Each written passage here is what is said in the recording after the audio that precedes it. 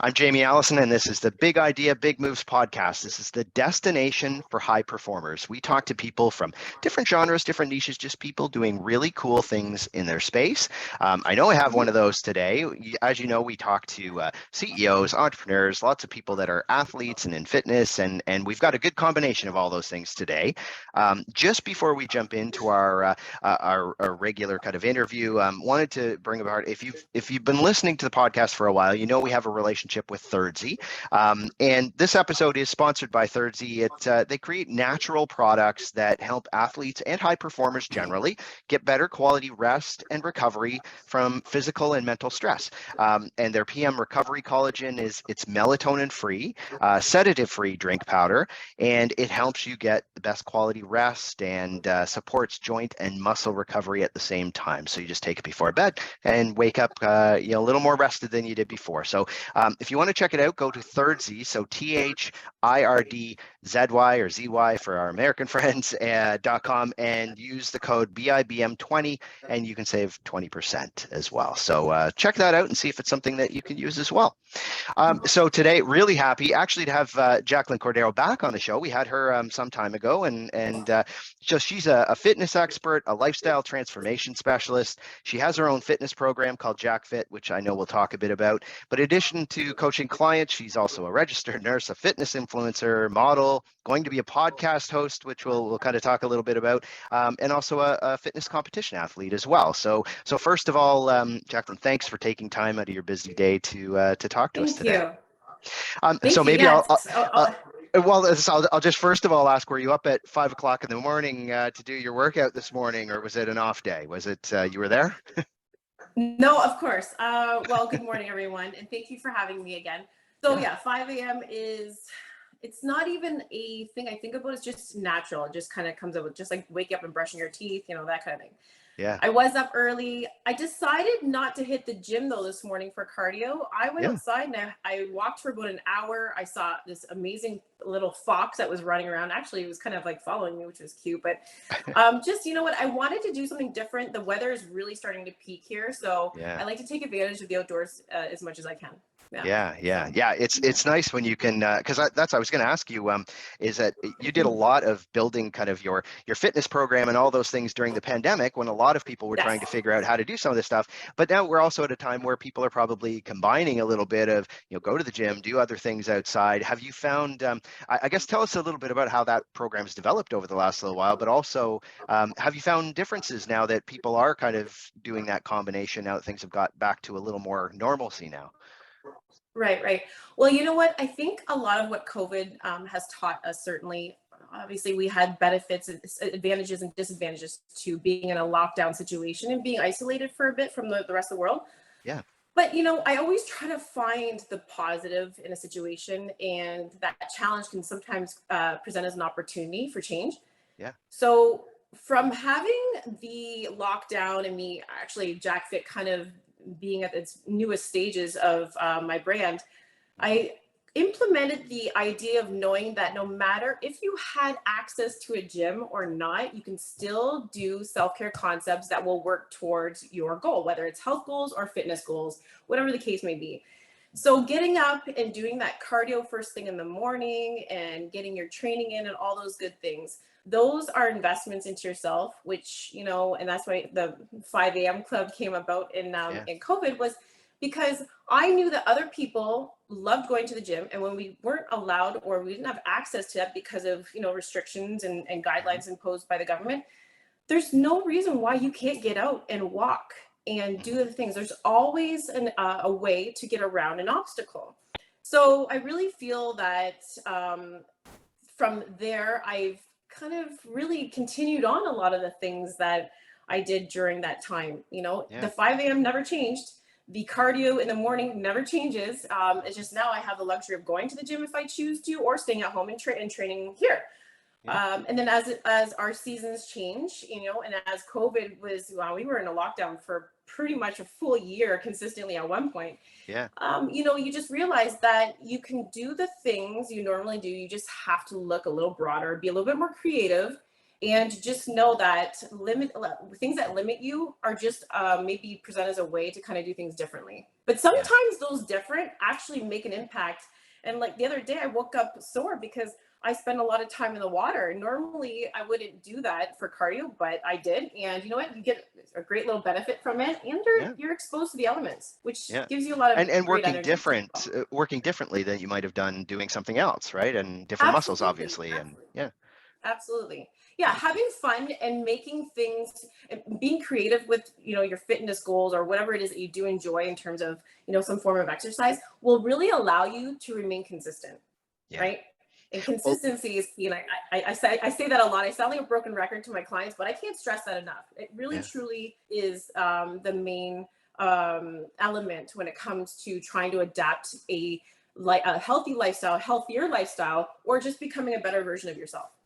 And I know that you use this a lot, but the whole kind of progress over perfection, and maybe just talk about that, because I'm sure that's something you talk to your clients about, and it does relate to that consistency part as well. Absolutely. Absolutely. So I do these 10-minute check-ins weekly virtually with my clients. And I know that, I hashtag it on my social media platform, but I do truly believe that progress over perfection is by far the best way to really wrap your head around a routine, especially if you're just trying to get used to it and, build a foundation and then build from that, right? So that really just means that no matter how much you feel you've improved in a day, 1% is still better than nothing. And the tiniest little step in the direction of decisions that work towards your goal is still progress. It's not about being perfect. We, as a society, and I find it very common that most feel like in order to get the most benefit out of a weight loss program or any kind of regime or anything that they pay for out there in terms of coaching and whatnot, is to make sure that they fall to a T. They start off with a spreadsheet and they make sure that they're, crossing everything they're getting off, and they're really, really proud of themselves. But then as they realize that that's a lot of added stress, and the need to want to be perfect with the process ends up sabotaging you, and your progress falls at the wayside. And then, your mind pivots to like, okay, here we go, another failed attempt. When really, what we really need to do is just harness the concept that, look at your day, what's realistic. If you're able to get the most of what you want done, then that's good. And that should be enough. And demonstrate grace and respect towards yourself, and know that you don't have to be 100%. Nobody's 100%. I know I'm not.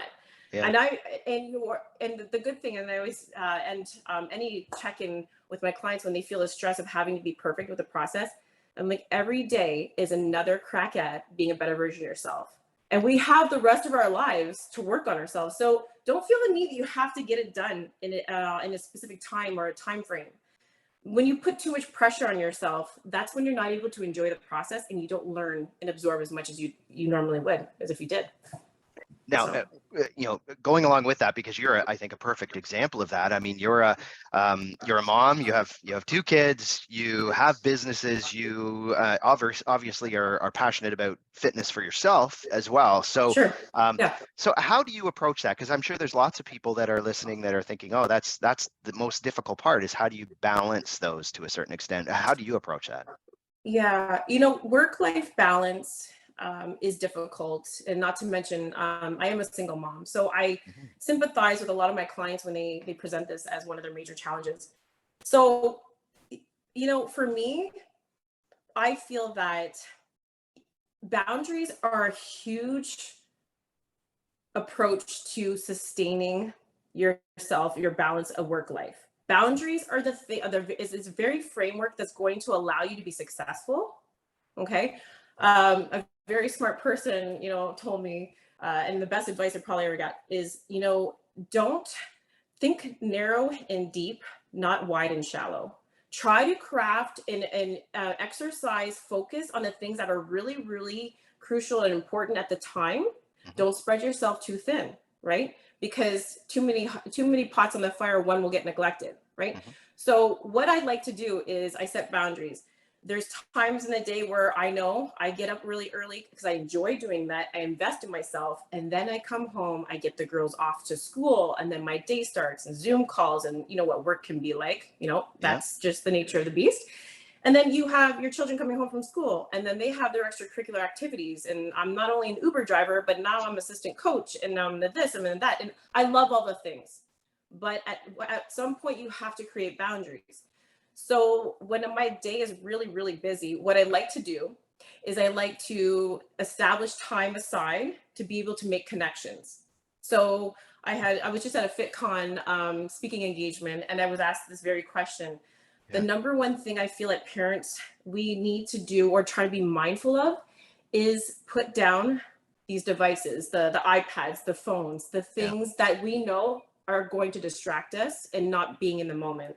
And yes, we have work and we have responsibilities, but taking an hour out of your day, taking your device and putting it in a completely separate room on the charger, so you're not even, out of sight, out of mind, and really harnessing and focusing on the people that are in front of you, or the connections you're trying to make in front of you. You know, that's a boundary. Setting the limits to know that nothing's going to distract me for an hour. I want undivided attention with X, Y, and Z, and that's what I'm going to do. Boundaries with establishing a nighttime routine so that you're not up so late that it's impossible for you to get up in the morning and hit that 5 a.m. Right? Yeah. It's all encompassing. It's decisions towards self-care, decisions towards, the priorities of what you have on your plate, making actually just making the attempt to decide with intention what it is that is important to you, a need, not a want. Okay. Sorry, no, go ahead. Okay. I was just gonna say work-life balance is probably the number one struggle with adults. And sometimes you have to revisit that and look at and reflect on what it is that's a priority. So, and that's actually what I was going to ask, is that if you go through that process, I mean, there's that people are halfway through a year right now, so they're probably even starting to look at, resetting their goals and recalibrating things and things like that. Do you personally, when you look at the goals, do you kind of take a look at all of the different pieces of life when you do that? Or do you kind of separate, here's my fitness piece, and then here's what I'm doing outside of that? Or do you kind of merge those together? Well, you know what, to be honest with you, I'm really blessed and grateful, because what I love and what my passion is how I make my money, right? It took me a long time. I went to university to study as a nurse and become an RN because I wanted to care for people. Yes, that is the number one reason. I didn't think there was great payoff, although the money here in Canada when you practice as a nurse is pretty good. But that's not really why anyone becomes a nurse. And I feel like there's certain people that are threaded or wired a certain way. And that's eventually what I feel is their passion. But for a lot of us, we have the expectation of doing things because it's expected of us, or because it's just assumed, right? Or it's a standard of society. So for me, I'm really blessed that I get to get up and I can put into me. And then I really, truly love working out. It's me time. It's not mom time. It's not partner time. It's not nurse. It's not coach. It's not all the things we do.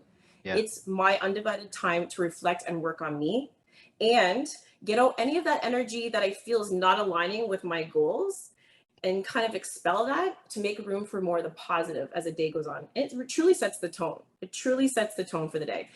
And as I get through, I realize that my work is my passion. And when I'm even doing things like this, you're going to help. Something's going to resonate. Something you say, or, maybe a piece of advice or any little tip that you kind of throw out there is going to help someone and benefit them, right, in some way.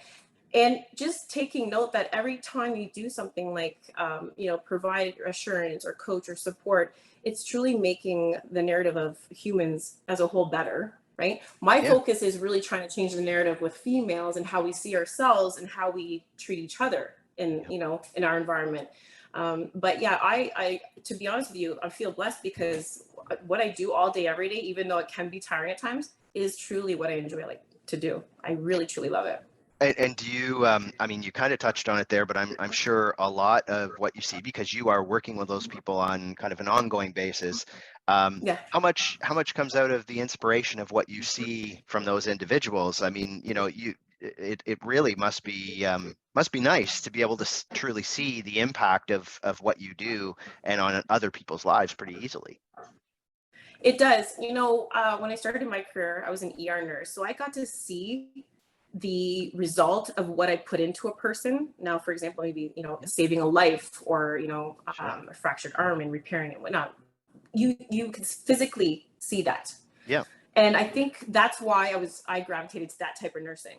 Now, with respect to what I do now, I feel that it's pretty much the same thing, because over my 6-week transformation challenge, for example, you know, over the course of those 6 weeks, when I get to know my clients, I see them from, you know, the shoulder shrugging, forward shrugging kind of thing, and the body mechanics. You can tell the self-esteem is not quite there. The confidence isn't there. And, you know, a lot of what comes out of and what they express themselves as is quite negative. And over the course of picking up concepts and applying the ones that we do try to harness and capture along the way, they start to evolve, and they start to stand up straighter, and their progress photos look, you know, more appealing, because they start to believe in themselves, and the confidence starts to build. All the good things start to happen. And that, for me, is the rewarding part of what I do. Okay. Yeah. So just what I see now, let alone what they say to me and open up and express how, you know, their life has been changed. And these are diabetic clients that are no longer dependent on, you know, pill medication, or, you know, I had a client that lost a child, and, you know, it's probably one of the most devastating things for a human being to work through in terms of grief. Yeah. But I want to extend the community and myself to the individual, so that they know that they have a network and a supportive system, you know, and if you can't talk to your partner, you know, you have a community of like-minded women behind you to support you and be able to, you know, to try to, you know, express and lean on us when you need to. Those are the things that matter. So seeing my clients go from where they start to, and that's a lot of times it's quite devastating and disheartening to see, to evolving into these beautiful, you know, light-hearted, energetic, fulfilling, soulful beings, is just truly remarkable. And it's so rewarding beyond words, Yeah. Well, it's quite amazing. Yeah, I mean, that's what you talk to so many people that do that, they draw most of their inspiration through what they see through other people, because you know, the transformations are unbelievable often. Yeah, you know, a lot of times my clients will say, you know, it's so inspiring, you know, this 5 a.m. club, what you've done. And I'm like, you know what, though? I am the one that's inspired. Because if I didn't have the community of people that believe in and trust in the process, then I wouldn't have the daily inspiration or the motivation or even the drive to want to continue to keep going. Like, they're literally fueling my fire when they think that I'm fueling theirs, which is great. You know, Yeah, it's a great feeling. Which is very cool. And so one of the things, I'm not sure if this is still kind of your approach to it, but nutrition has been one thing that you've really kind of worked, and you, from what my understanding is, you also have a real plant-based approach to that as well. You know, and if that's still the case, you know, where did that come from? And it is to some people, like it's not intuitive yet for people to think, oh, I can build muscle, I can do all those things on a plant-based diet. So talk about that a little bit, and how that came about for you. Yeah, so after I had my first daughter, Bella, and that was 12 years ago, she's turned 12. Yeah. I started to really notice and take note of how certain foods made me feel.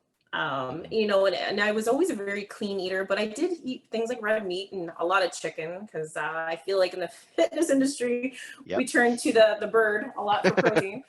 But you know, I started becoming more mindful and more intuitive with how my body felt. And I was experiencing issues like digestion issues, and not ever feeling like my stomach was truly flat. I almost felt like there's a distension or an inflammation all the time. So, you know, and as a nurse, we're like, we got to fix things. So I started kind of making mindful notes of how I feel after I eat red meat or chicken and whatnot. And then I read this book by Dr. Michael Greger, that was How Not to Die. And it was a game changer for me. And anyone that knows me, I don't sit down long enough to read a book, like, ever, even though I will I'll finish the book, but it's going to take me some time. But when I read that, I couldn't put it down. And it started opening my mind up to, okay, you know what? You don't have to follow the book, you know, for the word for word. But the things that I took from it were incorporating more plants into your diet, finding nutrients, and getting your macros, meaning your protein, carbs, and fats, from plant-based, as opposed to relying on animal products. I wasn't one for dairy. I gave that up a while ago. And then I just started slowly taking out red meat, and then chicken, and then the white lean meat was the last to go. And I just found the amazing benefits of it. Not only was I thinking more clearly, I was healing quicker from my training. You Mhm. know, my skin looked better, digestively amazing. And even on a female standpoint, I was so regular with my menstrual cycles that Mhm. I was just like, this is amazing. So I started sharing these types of things with my clients and my friends, and and before you knew it, it kind of it's an influence. You're a silent influencer when you start to do things like that, right? Mhm. So as I practiced that for like now 10 years, and when JacFit came about, I'm like, well, it's not. This is totally it's a no-brainer. Yeah. I'm not in the business of converting people from animal-based to protein or Sure. plant-based. What I Yeah. do is I provide the knowledge, especially if they're inquiring on how to, if they have experiencing the things that I was experiencing. I give them information, literature, resources that are evidence-based, and I allow them to kind of sift through it alone. And if they want to expand on that, I'm here to have that conversation. So, but I will encourage my clients to add more plant-based food sources into their diet, and try to maybe mildly or moderately slow down on the amount of meat Mhm. products that they have, Yep. just to see if they feel a difference. And it's basically, it's always going to be moderation is key, but Yeah. so is consistency. So Right. you have to give something like that a little bit of time to adjust and see how your body's going to respond. And I always say people, you have to trust the process, be patient with the process. Yeah. But definitely, I'm still encouraging my clients to do that. And if people want to go completely altogether plant-based, or sorry, vegan, Mhm. then by all means, I can help them in that direction. But I'm just trying to provide, more examples of where to get your protein, and not to think that it can only come from chicken and meat and like the eggs and the things that we all are very much aware of. Yeah. And now, So. Jaclyn, you have obviously having your nursing background probably helps in what you do, as well Mhm. as obviously tons of fitness background. What's it been like from an entrepreneurial standpoint, where you probably had to learn a whole lot as you've gone through the last few years of building what you've built? Like, has that been a challenge? Have there been things that you found, wow, this was a lot more difficult than I thought it was going to be, that kind of thing? Um, Not more difficult. To be honest with you, I thought being an entrepreneur was a really, well, first of all, stepping out of my comfort zone. I've Hmm. only ever, my parents were like, go to school, get an education, get a Yeah. pension, stable, buy within your means, and da da da da da. Yeah. Great advice, by the way, mom and dad. Thank you. I appreciate that. Yeah. But I have always beat to my own drum. So obviously, I took a swing in the other direction. I would say that because a lot of what I did as a hobby while I was practicing as a nurse, or a lot of the things that I involved myself in, like freelance writing for Oxygen, or Yeah. competing, or just rating, just helping people step on stage, that, or my friends. I'm like, well, I can help you with that, and I would show them the process, and just kind of enjoy doing that for them or with Hmm. them. Uh, because it was such a joyful thing, that now when I do it, the entrepreneurship aspect of actually doing is really easy. Yeah. The part that I struggle with is, having to look at things from a back end standpoint, like structuring the model. There's so much that goes into it, Yeah. and I am always going to be there, willing and ready to learn. I want to be a sponge when it comes to anything I don't know.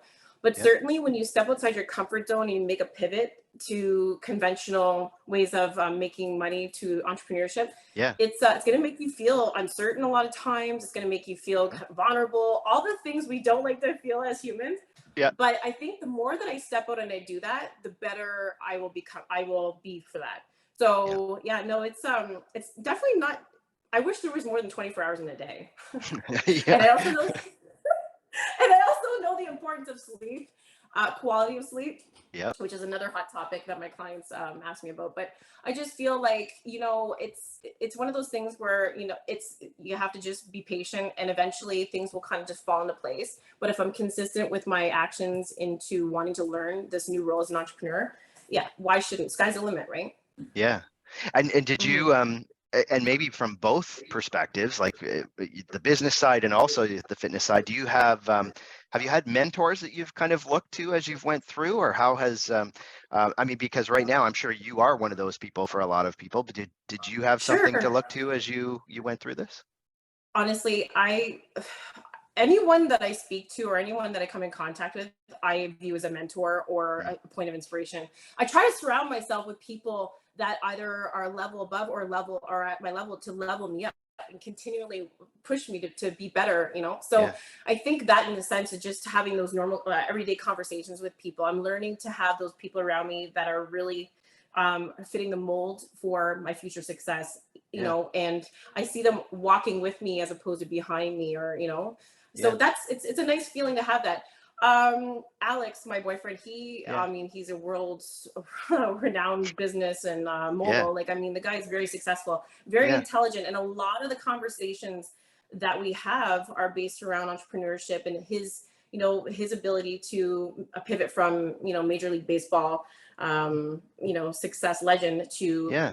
the entrepreneur that he is today. And a lot of what he tells me is, kind of, it's very relatable, because when you don't come from knowing how, or an example being set before you, you Yep. kind of just have to make sure that you're consistent, you believe in yourself. And then when you get to a point where you can choose who's around you, you just Hmm. continue to make sure those people are wired the same way and want to continue to push you to be better, and they're better for that too as well. So it goes hand in hand. But in terms of physical fitness influencers, Yeah. I was at a FitCon Expo, and Brooke Enns Yeah. was there, and Dana Yep. Bailey, and there's a lot of amazing, so successful women in the fitness industry. And I find that, just because we come from different areas of fitness, it's like we all have one thing in common. We just want better for ourselves. And it means, Yeah.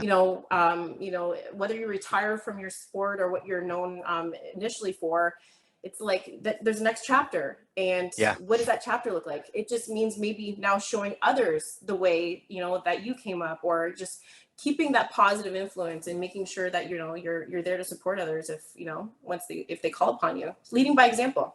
Yeah. Yeah. Well, and it is interesting where I think almost every person that we talk to, regardless of their background, is that there is some truth to that. Who you surround yourself with, kind of piece as well, is like, that whole idea that, show me the 5 people you spend the most time with, and I can Yeah. kind of take a look at your success, or what type of life you lead. And actually, you brought up Alex there. The one thing that he is both he's very similar to you, a very involved dad and entrepreneur and all of those things as well. Yes. But how high profile has that been different for you, having to kind of deal with something that's maybe a little bit different, because that you've suddenly got this profile, and having to deal with that while trying to raise your kids and do all the stuff we talked about earlier with Right. balance, right? Has that been Yeah. something to get adjusted to? Absolutely. I would be lying if I said it didn't. Yeah. It's well, word around my girlfriends. I have a group of 6 best friends, and Yep. the odd time we get together and, just kind of be able to, just chat and just catch up. Yeah. It's like one of them referred to me as Cinderella. They're like, you literally, when you're gone out of your turf, Windsor, Yep. Ontario, Yep. Canada, Yeah.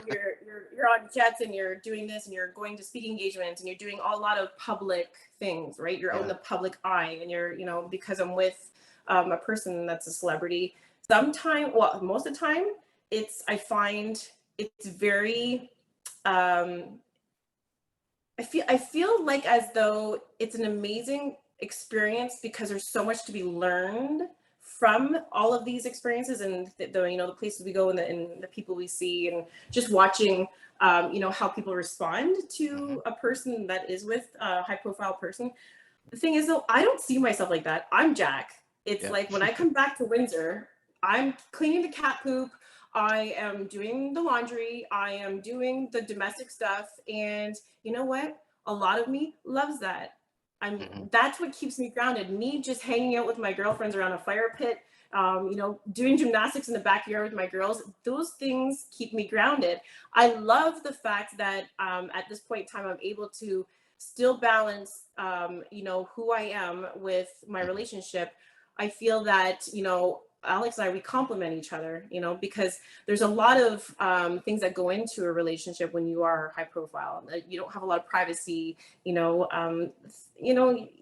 have to be okay with that. You Yep. just have to be okay with that, with within reason. Yep. So the balancing act has taken me some time, but I do find what does work for me at this point in time is just being able to keep in mind, who and what's important to you, right? And that Hmm. should be the focus of what I do and my decisions I make. And at the same time, being open and just going with the flow and not having expectations, and still reminding yourself who you are every day and what you're blessed for. Gratitude for me has always been like the center approach to me maintaining balance of any kind in my life. So Yeah. it's not changing. I mean, yeah, there's challenges and struggles being in a relationship, but it's still a relationship. You're gonna have challenges in a relationship regardless. It's just, people, not as many people are watching, Yeah. kind of thing. But yeah. Yeah. No, it's interesting. That's a great way to put it. It's you're going to have those things anyway, so it's just how you deal with them Exactly. little Exactly. differently. So, so one thing, Jack, is I know you've got a podcast coming up and things like that. That's Yes. something I think relatively new for you. So, why Sure. that, and what's it going to be about? Just tell us a little bit about it. So. Yeah, so I feel like because I have these amazing check-in one-on-one conversations with my clients, there's a lot of topics that come up, and they're common theme things, mothering, the 5 a.m. club, how to balance work life, and all the things that come up. Even sometimes they're more female driven in terms of like reproduction and all that stuff. Yeah. And the conversations are so real, and I feel that I don't want to, not in a sense waste them, but I want to share these types of conversations with others, because I get a lot of inquiries and questions sent on my social media platform asking about, well, what do you talk about your clients with this, or when they're presented with this? There's so many things. And I feel that if I'm able to share that on a platform where it's a little broader, and other women can, and other men for that matter, can be a part of that, or, listen in on it, it might somehow resonate with them, and it might help them. And that's just another way for me to expand that and allow my support ongoing to others that aren't just in my JacFit community. The other thing is, I feel like I really, really want to be able to change the narrative of not only how women see ourselves internally, but how we treat each other. And I feel like the more that we have that type of behavior and demonstration as an influencer, and the more you can put that out there, the more likely you're going to see that change a lot quicker, right? So I just want it to be real. I don't mind being on podcasts, and for the longest time I did want to do one. I just, there's a lot of things on my plate. Yeah. And and competing is always one of them, and wanting to just, always kind of put I'm always like 1 foot out of the door in fitness, something to just level myself up so I'm not bored. But this gives me another step out of my comfort zone kind of approach to JacFit, but more of the lifestyle and a contribution to try and make things better and change the narrative for women, especially. Yeah. Well, I'm sure people will be waiting for that. We'll make sure that we've got that information in there so people can follow it as it comes out, and everything else as well. The one thing that we've mentioned a couple of times is the 5 a.m. club, and I mentioned that every person who comes on the show, we try to get a couple of actionable things that people can kind of take away, and that's one we'll kind of focus on, because there's probably a lot of people that think, okay, I could never do a 5 a.m. kind of routine, and maybe just, do you have a couple of tips on how people could kind of work that into what they do in a day? Absolutely. The number one question is, does it have to be 5 a.m.? Number one question. Yeah. I say your 5 a.m. can be whatever works for you, and whatever that means to your work day or your day planning. Yeah. But the one thing that, and I always say this, and I'm going to say this again, consistency. The one thing you have to do is you have to make a promise to yourself that whatever time you do want to wake up, if it's not 5 a.m., if it's 6 a.m. or 7 a.m., then be consistent with that and structure a routine to be able to set yourself up for success. And that doesn't start the morning of, that starts the day prior. So at nighttime, when you're done eating, make sure you have your water bottle, or whatever, if it's your BCAAs in your cup, throw that in the fridge, have that ready, put your keys on the counter, make sure you have your shoes at the door, that, like, the littlest things. Then when it comes to the nighttime, after you've done all of that, try to find a way to wind down and calm your mind. Don't do things that are going to stimulate you to keep you up longer than you really need to be. So establish a bedtime routine that's going to allow you to relax and calm your whole body. Then make sure you set that alarm. So for me, I get up and it's now just a kind of an automatic, but I'm up sometime shortly after 4. I'm usually hitting my gym, like cardio session, by 5. Mm-hmm. But for those of you, until you get to that point, set your alarm, but do it in enough time where it's like you have time to hit maybe snooze once. Yeah. Because you know that you have to hit it again, you're going to be a, but make sure you have enough time where you're going to set yourself up for success again. And then get up, get if your clothes are already out, get your clothes on, get your drink that you had made the night before, your piece, and get out the door. Now, if you're hitting the gym, you have a routine. What's your program? Do you have a plan going in there? Open the door to that gym, check your ego, and be vulnerable with whatever you're trying to achieve that day. But whatever you're doing, make it intentional. If your body is sore, then don't go running full tilt on the treadmill. Maybe walk on an incline and listen to your body. If you're feeling beast mode, get up, get that vest that I like to throw on and crush those stairs for about 45 minutes and utilize the time and the energy that you feel that day. Make it work towards your benefit. Yeah. And then, hit your training and then come home. Make sure you plan your time so you can have your meal within an hour window of training, and then have an idea of what you're going to do the rest of the day. It's all about planning, and it's about being consistent, and it will take you a while to get there. And I can promise you there's about 4 or 5 times where you're going to be like, this is too early. I'm not doing this. I can't do this. But you know what? Push through. Because when you use discipline over motivation on those days, something happens and there's something that kind of just switches in you, and eventually you're like, oh my, I love the way I feel when I do this. Yeah. And then get yourself there, and then it becomes a routine. It becomes a routine and a habit. And it's that progress every day kind of thing that you were talking about. Absolutely. But setting yourself up for success is going to be initially what you need to do. Try to make sure that you're avoiding those pitfalls and those triggers that that you have, or that you're trying to, at least for a while, until you can debunk them or break them down. Awesome. Okay, so if there's probably lots of people that have listened to that and are becoming all in fairly quickly. So if they want to be able to find out more about your programs, find out more about kind of what you have coming up, what are the best ways for them to do that, Jaclyn? I have a website, JacFit.ca, and I will always have the challenge date that's going to start located on my website under phase 1, and that will tell them the next date that the 6-week challenge is going to happen or start. Yep. And registration's open for that right now, and that's a total of 6 weeks. That's a nutrition plan, training plan, weekly check-ins with me, bonus workouts, all the great stuff. And then there's the elite program, which is 1-to-1, and that's more geared to a little bit more of a customized plan for specific goals for my clients. And those are the ones that I'm a little bit more of a firmer coach Jack on, because they need that 1-to-1. So there's that. But aside from that, direct an email towards me, Jac@JacFit.ca, or Instagram. I think it's at Jac_LynFit. Almost forgot my Instagram handle. And then I get a lot. It's kind of crazy. I'm only on there 9 times a day. So I was gonna say that the you can direct message me there, or just I'm always willing to take in questions too. So if I feel like it's if I have the time, I'm gonna answer back. But all of those the above. There's a Facebook page, JacFit Community Facebook page as well.